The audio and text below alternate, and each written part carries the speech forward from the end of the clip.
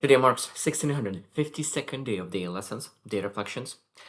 And yesterday I shared about the sameness, that every single person is the same, unique and special. So yesterday about the same, today I want to focus on the second part, and that the uniqueness. Uniqueness. I really love this sentence that every single person is the same, unique and special. It's interesting because some parts of your uniqueness you're not able to change. And some parts you're actually able to influence and become even more and more and more and more unique.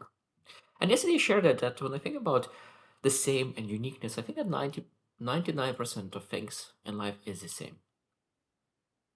We exaggerate about our uniqueness. Sometimes we want to separate be in those small incremental things that actually we are the same in.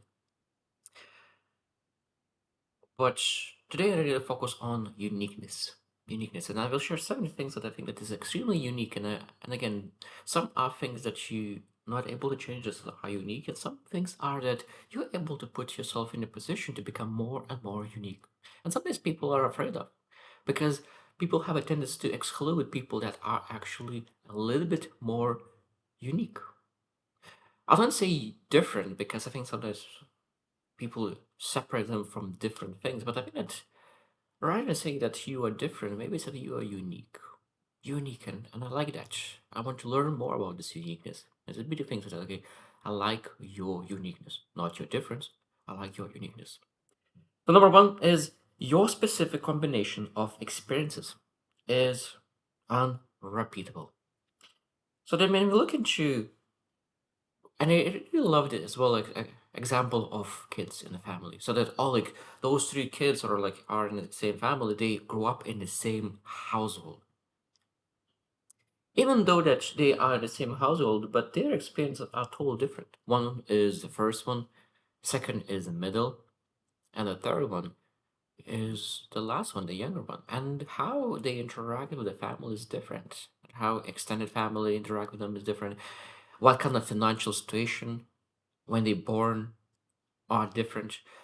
The parents are changing as well, and they're learning. So every single kid will experience different kind of parent because of it. So that means every single person have different combination of experience, even though that they potentially seems that they are almost in identical environment, but that's not the case. Every single person has different, similar but different, and those subtle difference really makes you become unique. No one else had exactly the same experiences as you did. And that, of course, those subtle difference makes the difference in our way how we think, how we feel, how we react, how we see patterns. This is very unique. Number two is your interpretation of those experiences is even more unique than the experiences itself. Your interpretation of those experiences are even more unique. It's interesting that we have so many experiences, and so our brains is not able to really understand every single thing. It's it's it's too many things, too much information going on in the world to really be able to recognize everything. So that means that we start to really filter things out. What is important, what is not important, and because we filter things out, now we have different inputs, and we even those inputs is perceived might come up with different meanings out of that input. And that's again extremely unique because every single person being almost identical experience will have a different meaning because they have different inputs, and then of course they've attached different meaning. And that is extremely unique. Those interpretations that every single person get. And that is very beautiful when we really review a book and with different people. It's like, what did you get out of it? And what did you get out of it? And every single person is getting told different things because they're potentially looking for different things in life. And that's a beautiful thing. And I think that interpretation layer is very beautiful. I think that's exactly we're supposed to look not for differences, but uniqueness. And then again, what did you get out of it? And I think that's a beautiful thing. Number three, Your tolerance for discomfort is a major differentiator. It's it's interesting because comfort, as I said, is the same. Every single person loves comfort, and every single person is addicted to comfort. And this is again where we start to really separate ourselves. Not separate ourselves, but become more unique. And putting yourself apart in that. So that means if you want to become more unique, we want to really elevate our tolerance to discomfort. This is a major thing that really makes you more unique. Because what happens is when you tolerate discomfort, you will experience heal all the negative emotions. You will be healed, will be complete. And because when you'll be healed, complete, you'll have more trust, more confidence, more courage, more experiences that you can really elevate, more mistakes, more failures, more successes. Everything becomes more because you're able to tolerate discomfort. Because discomfort, everything in life that really is extremely meaningful requires discomfort. But if you're not able to handle this discomfort, that means that you slow down your uniqueness, development of your uniqueness. Number four, your patterns you choose to reinforce to reinforce become your identity.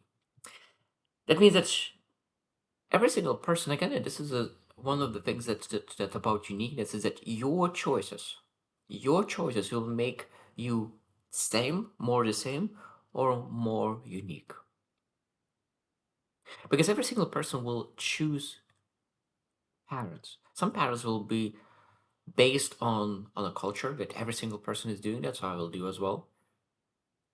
Or might be that I have a vision for my life. I have aspiration. No one have done that vision before. No one in my family did it that before. But I choose those patterns that no one is doing.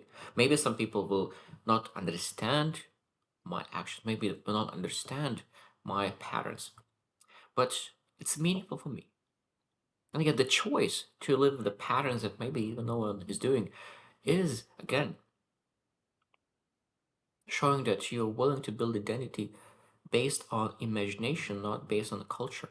And again, if again, a choice that the patterns that you live in will make you more the same or more unique. Number five, your environment is partly given but partly chosen. It's interesting because the family that you're born in is of course given family.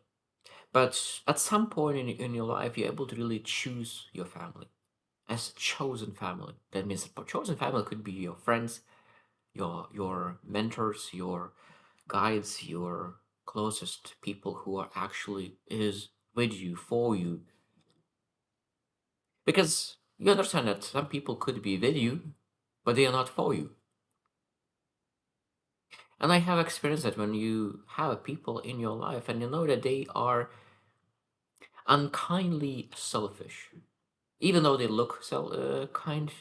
But when you look into your actions, because I learned a hard way that one thing is telling you what they want for you, and actually what they do for you, and also could be total opposite things. And for me, I used to be a naive person, and I used to believe that people what they say that actually what they mean. And I think that that's again a beautiful understanding that when I look into our environment, that we are able to choose our environment and I look into the people and we look into the behaviors of our people. And that's probably one of the most important things. What are the behaviors in my environment? And again, this environment is not just what I spend time with, what I'm consume, what kind of information do I allow to come in, and what kind of things do I turn on regarding TV, with television, with social media, what I expose myself to is a massive uniqueness because some people expose themselves to the best books in the universe and that potentially they go to buy books and most people are not able to do that. Most people spend time on the sameness, getting exactly the same information.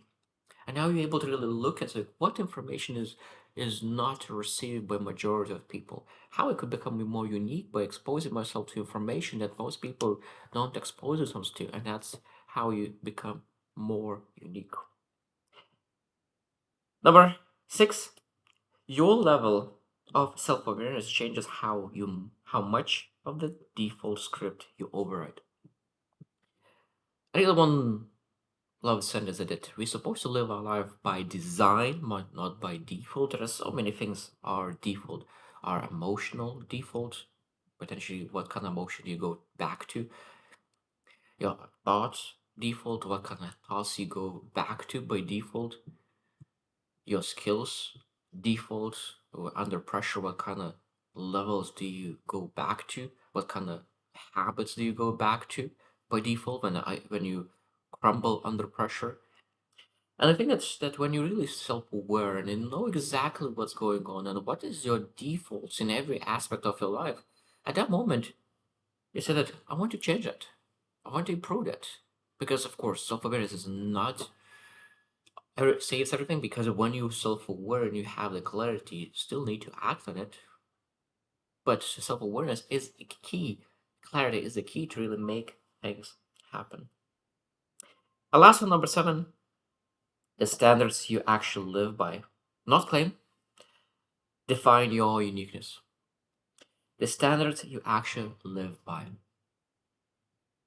That means that when you look into your actions, what kind of standards those actions are based.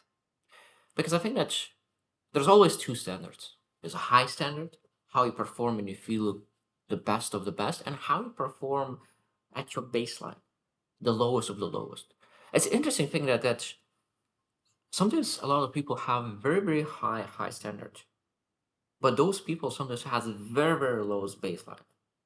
And those people will never succeed because there will be some pressure days, some storm days, and you will go to the baseline. And if the baseline is quitting, stopping, that doesn't matter how high standard you have because you already stopped. You already lost momentum. I think the person who has maybe a little bit lower high standard, but a very high theoretically baseline, how they able to perform during bad days, those people will be unique and outperform. Those people who are able to do the right thing when it's difficult, when it's hard, when they're under pressure, that's really makes you unique because it's easy to have high standard when you feel great, but it's hard to have high standard when you are under pressure. And I think that's again, that's what really makes uniqueness. So the most important thing that probably you already understand that when you think about uniqueness is again still the choice under pressure over time, and then those specific experiences we intentionally put ourselves through, because at the beginning experiences will be given, but after that we give ourselves more and more and more experiences that are chosen because of us, and those are unique. So the main idea of the day is that we're able to choose to become more unique. We are have tendency to really stay the same, but we supposed to intentionally choose become more and more and more unique. So I hope you choose to win and see you tomorrow.